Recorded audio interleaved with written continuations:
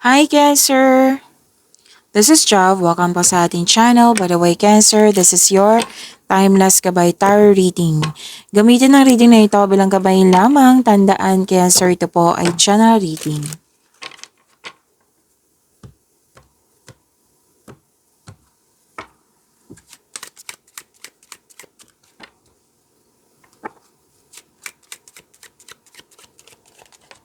Tumatalon yung cards mo.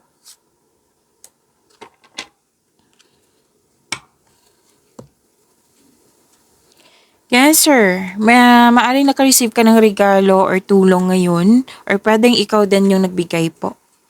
Yes.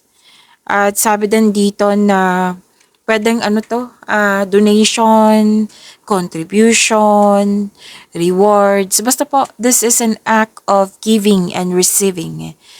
Pwede din proposal po ito, an offer, may something expensive dito, like mahal, luxury. And, pwedeng may binili kang jewelry or usapin tungkol sa jewelry. Basta may object ako nakikita dito. Pwede din nakatanggap kayo ng parcel. Parcel po.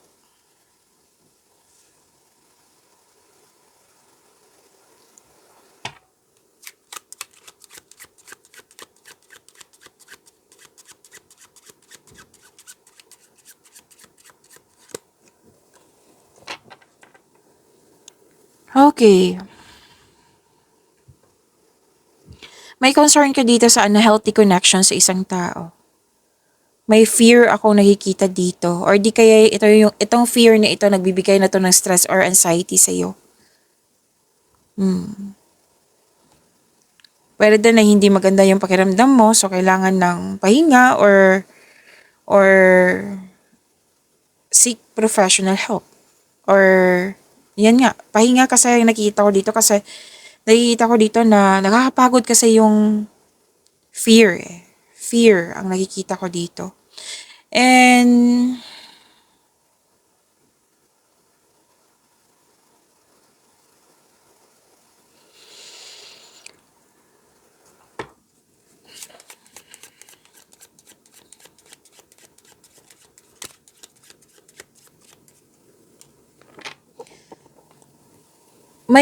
pwedeng may wedding, may usapin to ko sa marriage.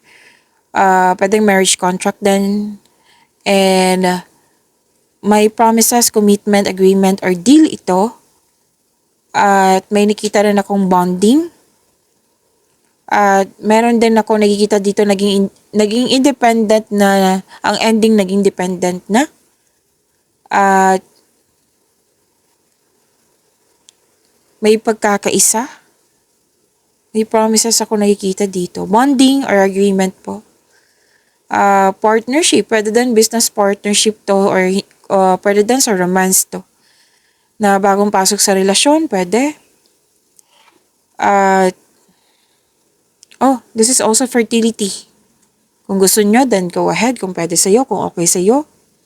Then kung ayaw nyo, then use protection. Kung pwede, kung okay sa'yo.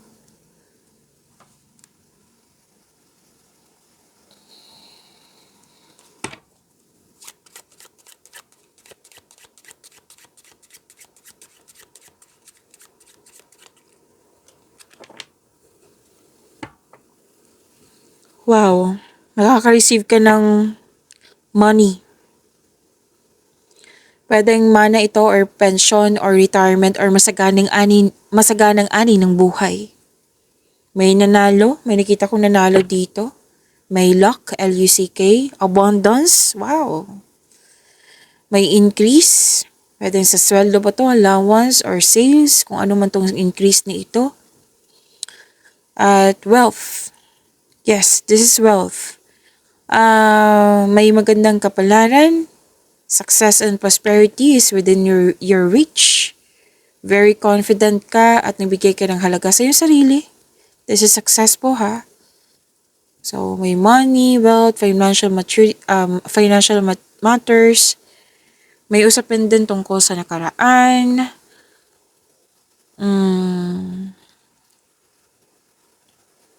May biglaang pagbabago. May biglaang pagbabago, Cancer, na pwedeng hindi mo magustuhan itong pagbabago na ito kasi biglaan eh. Nabigla ka na nag-cause ito ng discomfort, na hindi ka comfortable. At might be hindi mo nagustuhan yung dumating na pagbabago or dumating na balita. At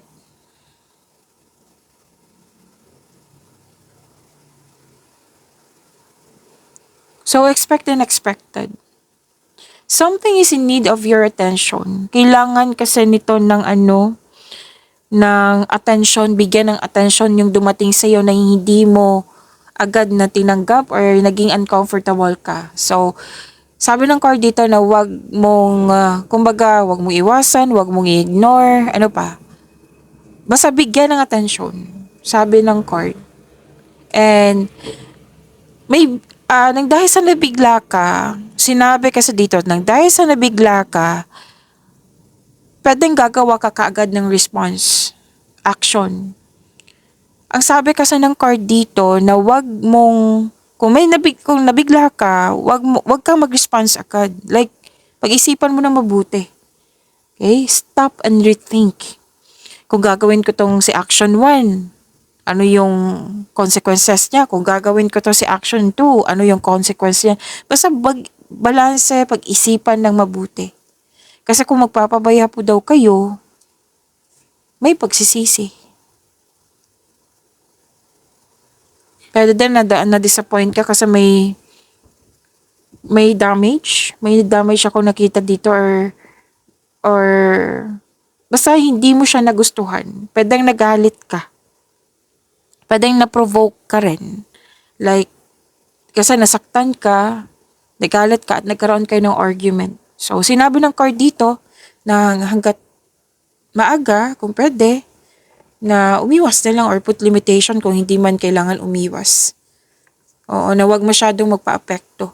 Na hindi ibig sabihin na hinto ka, kailangan mong bigyan ng aksyon. Syempre, yung sinabi kanina na aksyon, pagbalansehin mo. Na kung gagawin ko to, mag-response ako kaagad. Ito yung consequences na mangyayari. So, yung mas gagamitin mo yung logical. Yan. Kaysa sa emotion. Yan ang sabi ng card.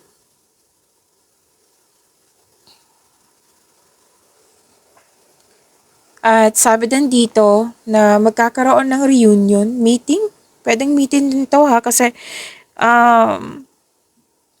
pwedeng natuwa ka kasi may kaibigan ka dyan or kasamahan na very loyal sa'yo at supportive sa'yo. Oo, naka-receive ka ng unconditional love. Basta may a loyal person dito, a trusting friend. Pwedeng nag-volunteer para tulungan ka, para i-assist ka, or pwede din ikaw yung nagbigay ng assistance. May nagkabate. May babalik dito oh. Pwedeng lover mo to. Return of a lover. Someone or something returns from the past. Pwedeng literal to na bumalik sa'yo, yung taong yon, or pwede din na pinaalala sa'yo. May meeting, reunion of people, magkakaroon ng recovery. This is good ha, recovery. Positive outcome, magkakaroon ng healing, a social situation. May grupo talaga ng tao dito ako nakikita na nag-uusap din.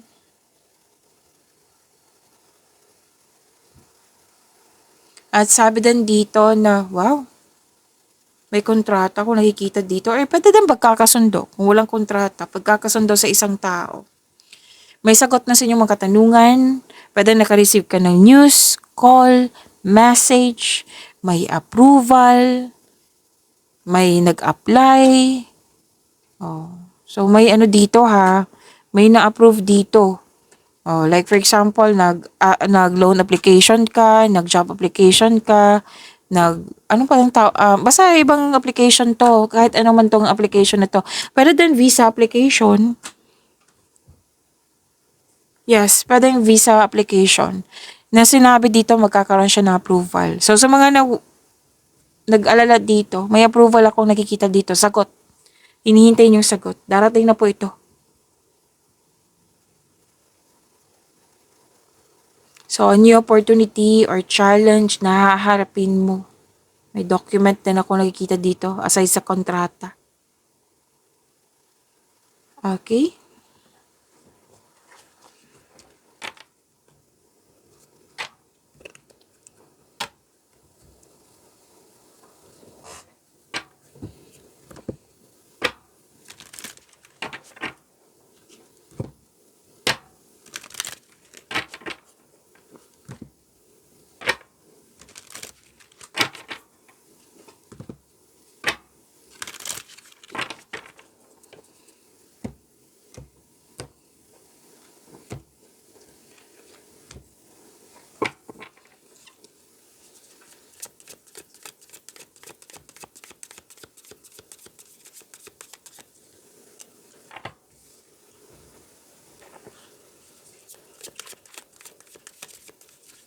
Energy niyo po ito, Cancer.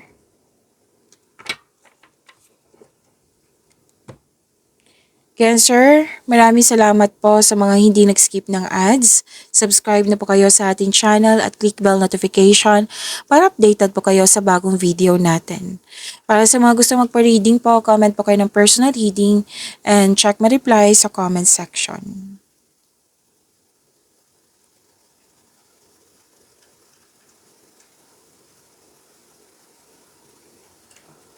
Okay, Cancer. Satisfaction and abundance, ang ganda nito. Thankful ka sa mga biyayang natanggap. Successful and satisfied ka sa buhay. This is overflowing abundance po. So this card tells you na mag-relax at mag-enjoy kasi may achievement oh, may achievement. And share your good fortune to others and your generosity will always flow back to you. Babalik yan sa'yo. And love and happiness overflow. Kaya deserve niyo talagang mag-relax at mag-enjoy. Masaya. Masaya ang nakikita ko dito sa dalawang card niya ito. Masaya and very inspired si Cancer.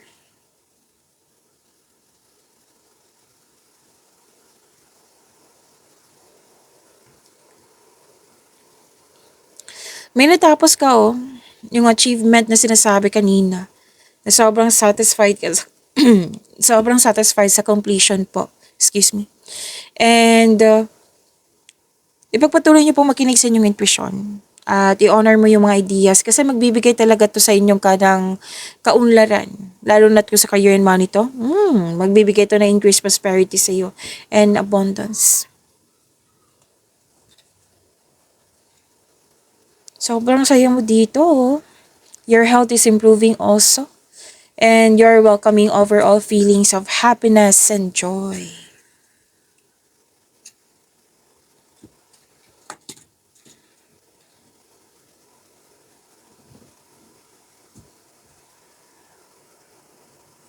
Okay.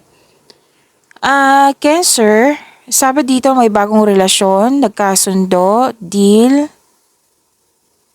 nagtutulungan. Kayong dalawa ha, nagtutulungan. Very inspired nga eh. Oh, dalawang card yung mismo nagsabi niyan, Cancer. Na-motivate ka, nagkaroon ka ng time for yourself, to your partner, to your family. At nakita ko din dito na you love yourself more. Wow. And pwedeng may ligawan, may bagong kaibigan, at the couple is divinely guided. At sinabi ng card nyo dito na soulmate mo siya. At pero din may namuong romance sa workplace mo or yung partner mo katrabaho mo po. Or di kaya nagkaroon ka ng business partner or nakipag-teamwork sa'yo. Basta po, may dalawang tao dito nagtutulungan. Nagkasundo at nagtutulungan. Tapos gustong-gusto mo yung mga ginagawa mo kasi nagbibigay ito ng financial stability sa iyong buhay. At nagkakawa mo yung passion mo at the same time. Ang ganda.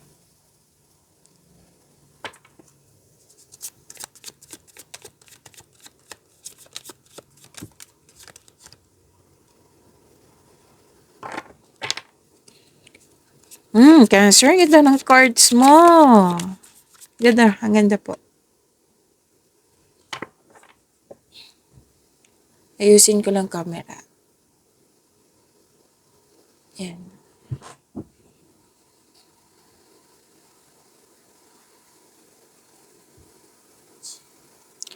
Sa career and money po, successful completion, which is sinabi din dito kanina sa inyong energy. You're reaping rewards. Yes, accomplishment po, may success. May perfect situation. Maaari din na may parating na gantimpala or positibong resulta sa inyong mga ginagawa. Oo. At nag-celebrate kayo sa inyong wins. Yeah, in-acknowledge mo yung naabot mo. And ready ka na sa new journey. Ang ilan dito, may tapos ng construction ng bahay.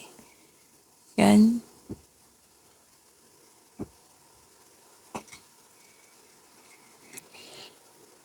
May matatanggap kang rewards ha, or recognition. Mayroon din ako nakikitang promotion dito or pagtaas ng allowance or sweldo.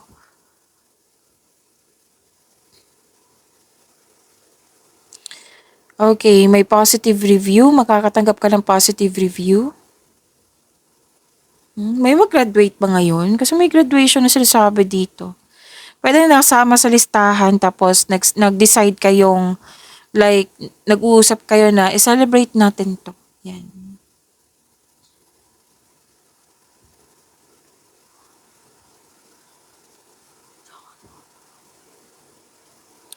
And naghihintay ka na feedback from your client, boss, or new employer. At itong balita na ito ay may offer. Offer siya. May offer sa'yo na makatulong sa iyong buhay pinansyal. So, very excited ka nito kasi may offer sa'yo na hinihintay mo. It might be may process pa, yun. So, very excited ka. So, may mensahe na parating, yung sinabi kanina. Na dumating na mensahe, na-clarify siya dito sa tarot cards niya. Na nakaramdam ka ng excitement dito eh.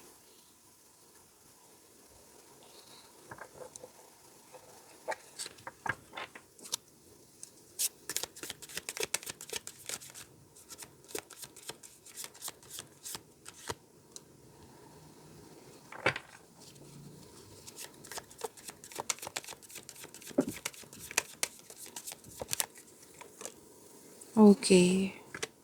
So, I don't read reverse cards. Tandaan nyo yan ha sa mga bago dito.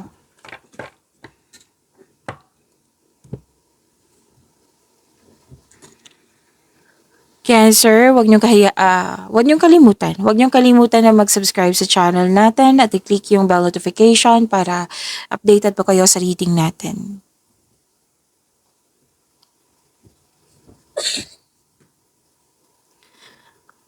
Sa love life, self-love, partnership, and romance, sa mga single po, buhos ang oras mo sa trabaho, or sa kaka-travel. Pero most likely, trabaho to. Balansehin ng oras, sabi na yung card. Balansehin ng oras, sapat na time for yourself, to your family, yan. Para sa mga relasyon, sa buhay mag-asawa, mukhang may hindi nagkakaroon ng pagkakaunawaan na dito or nagtampuhan nang dahil sa hindi balanse yung oras, hindi nagkaroon ng sapat na time. Kasi may busy, pwedeng ikaw to, pwedeng siya. So, kung kailan nyo to napanood, kasi timeless reading to, maaaring mag-uusap na kayo ngayon. Basta panatilihin maging totoo sa isa't isa. Kung ano yung mga concern mo, ibuhos mo na lahat yan. O para pag-usapan nyo na, para mawala na yan, para magkakaroon na ng inner peace.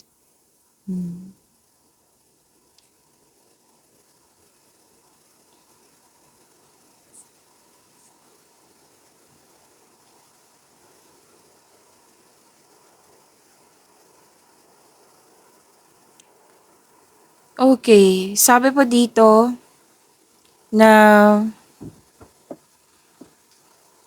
okay. Nagkaroon ng time sa family or grupo ng tao. Tapos, sa mga single dito, papasok lang kayo sa relasyon kung ito ay seryoso na sa buhay. Like, date to marry na kayo.